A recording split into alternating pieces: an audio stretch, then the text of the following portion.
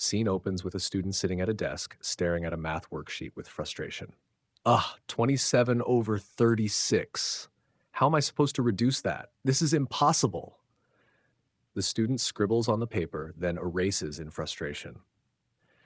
I tried dividing by 3, but it still looks wrong. Why can't fractions just fix themselves? The student throws the pencil down, fed up. You know what? Forget it. Who even needs to reduce fractions anyway? I'm done.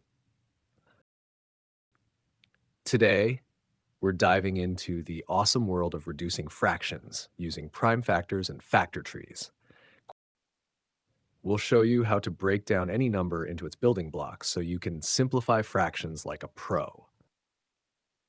When you're breaking down a number into its common factors, the first thing you want to look at is the last digit.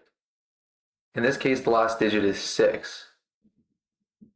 Numbers that end in 2, 4, 6, 8, or 0 will be an even number. All even numbers can be divided by 2.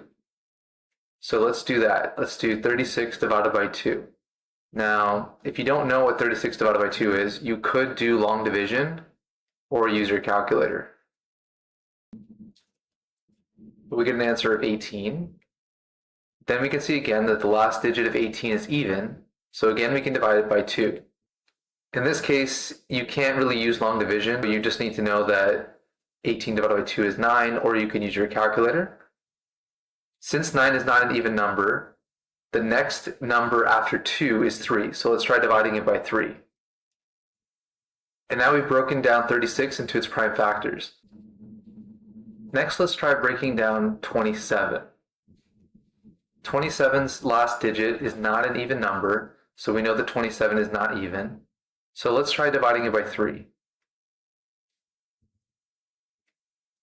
Long division won't work here, so you'll have to know that 27 divided by 3 is 9, or you can use your calculator. Then 9 divided by 3 is 3.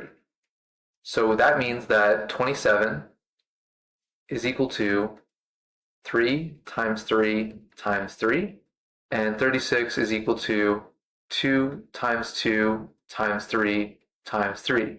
Now, if we, let's say for example, we had 27 over 36, and now we can actually start eliminating stuff that's the same on the top and the bottom.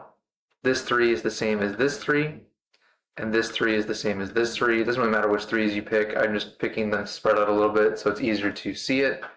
And then on the top, we only have a 3 left. And then on the bottom, we only have a 4 left. This is basically like saying that 9 goes into both the top and the bottom. So we could have also done this by dividing the top and the bottom by 9 instead of breaking it down to its common factors. But if you don't know that 9 goes into both, then that's when it makes sense to break them down into their common factors and check what is common in both.